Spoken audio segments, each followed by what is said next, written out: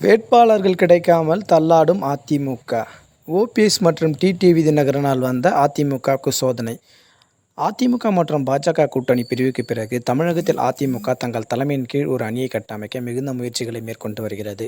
ஆனால் தற்போது வரை ஒரு மிக பரவலான பலமான கூட்டணி அமைக்க முடியாமல் அதிமுக திணறி வருகிறது.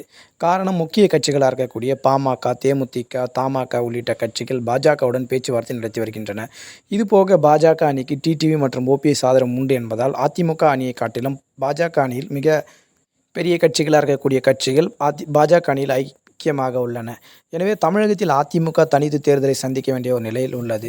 இஸ்லாமிய இயக்கங்கள் சில இயக்கங்கள் மட்டுமே அதிமுகவுக்கு தற்போது வரை ஆதரவு தந்து கொண்டிருக்கின்றன.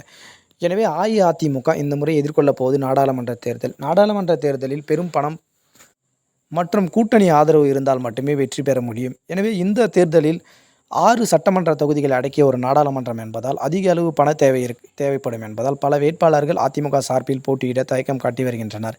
காரணம், திமுக கூட்டணி வலுவாக உள்ளது. அதிமுக கூட்டணியில் பாதிக்கும் மேற்பட்ட வாக்குகளை பாஜக கூட்டணி பிரிக்கும் என கணிக்கப்படுகிறது.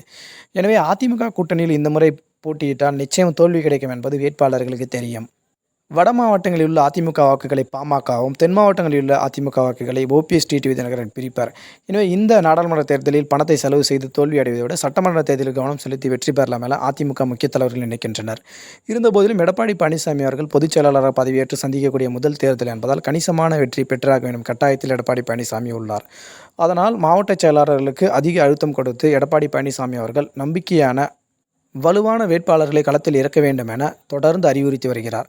இருந்தபோதும் எடப்பாடி பழனிசாமி அவர்கள் இந்த பேச்சை கேட்டு இதுவரை எந்த வேட்பாளர்களும் பெரிய அளவில் போட்டியிட முன்வரவில்லை. எனவே தேர்தல் செலவுகளை கட்சி பார்த்துக்கொள்ளும், வேட்பாளர்கள் ரெடி செய்யுங்க என மாவட்ட செயலாளர்களுக்கு எடப்பாடி பழனிசாமி அவர்கள் உத்தரவிட்டுள்ளார் என்பதும் தெரிய வந்திருக்கிறது.